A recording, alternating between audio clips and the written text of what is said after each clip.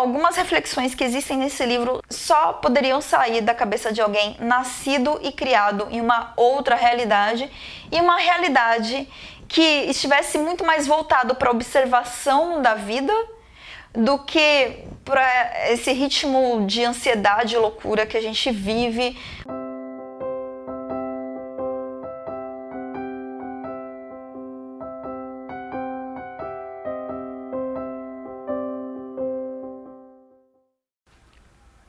Aqui é a Sam, e agora vamos encarar as feras. A Vida Não É Útil, escrito por Ailton Krenak. Se trata de uma obra de, digamos, filosofia. É a primeira vez que eu leio um livro escrito pelo Ailton Krenak. Eu realmente não conhecia essa pessoa, mas eu tenho uma meta pessoal de mudar meus hábitos de leitura, então eu estou buscando ler mais livros escritos por brasileiros e ler mais livros escritos por pessoas diversas, por assim dizer, né? Eu acho que ao longo da minha vida já li bastante homem branco, então agora tá na hora de variar um pouco. E aí chega o Ailton Krenak, que é um líder indígena e também considerado um pensador indígena. Então, né, pareceu bem diverso para mim. Vamos sair um pouco da zona de conforto, vamos ler alguma coisa que a gente não está acostumado, vamos conhecer ideias com as quais a gente não tem lá muita intimidade. E foi assim que eu acabei lendo esse livro, que é super pequenininho, olha só, fininho, pequenininho, formatinho, tem um pouco mais de 100 páginas, eu li inteiro em uma sentada, em um único dia, é bem rapidinho mesmo. E a princípio eu tive os meus, sei lá, preconceitos? Não é bem isso que eu gostaria de dizer. Talvez desconfiança? Talvez? Desconfiança? Não, ainda não é isso. Talvez seja isso mesmo. Acho que é desconfiança. Quando eu olhei e falei, nossa, mas que livro pequenininho, né? O que vai ter de grandes reflexões aqui? E aí eu comecei a ler. E começou muito com aquele papo de quando a gente cortar a última árvore e pescar o último peixe, não exatamente com essas palavras, mas seguindo essa ideia. E aí eu pensei, nossa, mas eu já escuto isso há muito tempo. Eu não sei, não tenho certeza se esse livro vai me trazer algo de original, se ele vai abrir minha mente para novas ideias, para novas perspectivas, não sei. Mas o começo eu achei que estava com um tom tanto piegas, que também não cai muito no meu gosto. Eu não sou uma pessoa muito otimista e nem muito, sei lá, alegre a respeito da vida. Acho que quem acompanha o canal já sabe bem como é que funciona por aqui. Mas, como se trata de um livro pequenininho, né, curtinho, eu falei, o que custa, né? Vamos seguir em frente. E aí, à medida que a coisa foi se desenvolvendo, aí começou a ficar interessante. Porque não demorou muito para sair desse papo, tipo, por favor, protejam a natureza, né? Enfim, não é que não seja legal, não é que não seja desejável, não é que não seja importante ter essa consciência ambientalista e tomar uma atitude e defender a natureza, etc, etc. Não é isso. O que acontece é que esse discurso eu já conheço. Eu quero saber coisas novas. Eu quero saber, vamos desenrolar esse raciocínio aí, né? Vamos desenvolver isso. Vamos ver assim, o que você tem de novo para me propor. Porque para vir com um livro me contando o que eu já sei, eu não preciso desse livro, não é mesmo? Mas eu segui em frente, não desisti, né? Afinal é um livro curtinho. Eu segui em frente e aí o livro me pegou. Menina, o livro me pegou. Ele começou a falar coisa atrás de coisa, assim.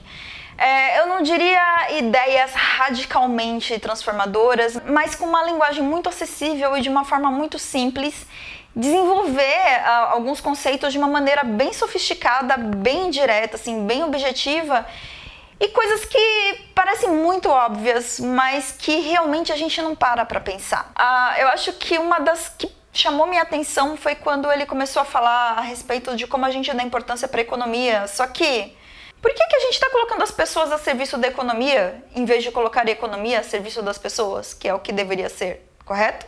O livro vai muito nessa linha.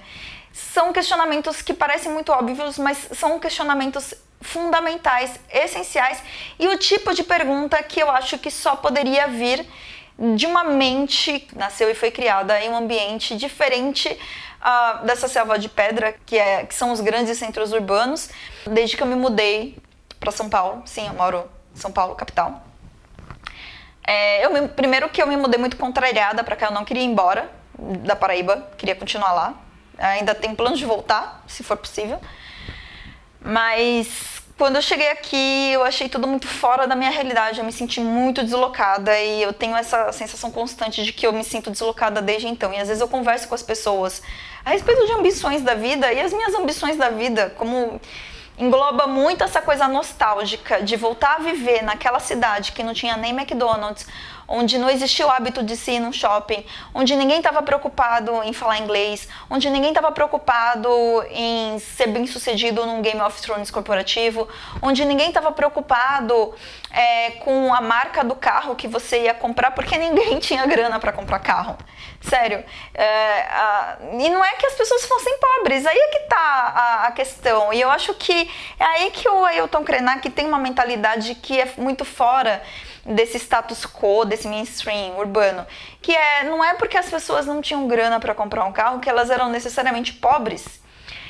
Eu não conhecia nenhuma família assim do meu convívio que passasse fome, que não tivesse onde morar, que não tivesse lazer na vida, sabe? Que não tivesse festa pra ir, que não dançasse quando houvesse música, que não comesse quando houvesse abundância de comida, e que viviam muito bem assim. E aí eu me mudo para um centro urbano e percebo que as pessoas têm prioridades e preocupações que nunca passaram pela minha cabeça durante a época que eu estava crescendo na Paraíba, nos anos 90. Então eu consigo entender que algumas reflexões que existem nesse livro só poderiam sair da cabeça de alguém nascido e criado em uma outra realidade, e uma realidade que estivesse muito mais voltado para a observação da vida do que para esse ritmo de ansiedade e loucura que a gente vive.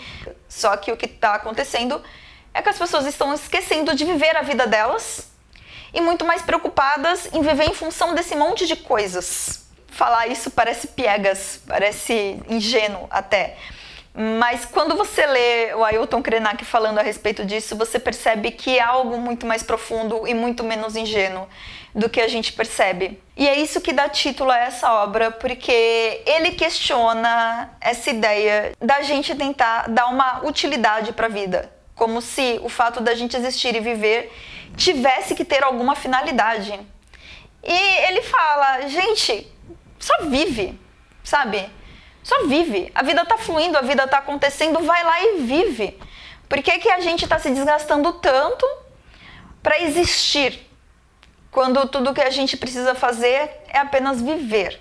Com as minhas palavras, fica muito pobre, fica muito raso, então eu vou usar as palavras do próprio Ailton Krenak, que fala isso de uma forma muito mais profunda e poética do que eu consigo dizer. A vida é tão maravilhosa que a nossa mente tenta dar uma utilidade a ela, mas isso é uma besteira. A vida é fruição, é uma dança, só que é uma dança cósmica. E a gente quer reduzi-la a uma coreografia ridícula e utilitária. Uma biografia.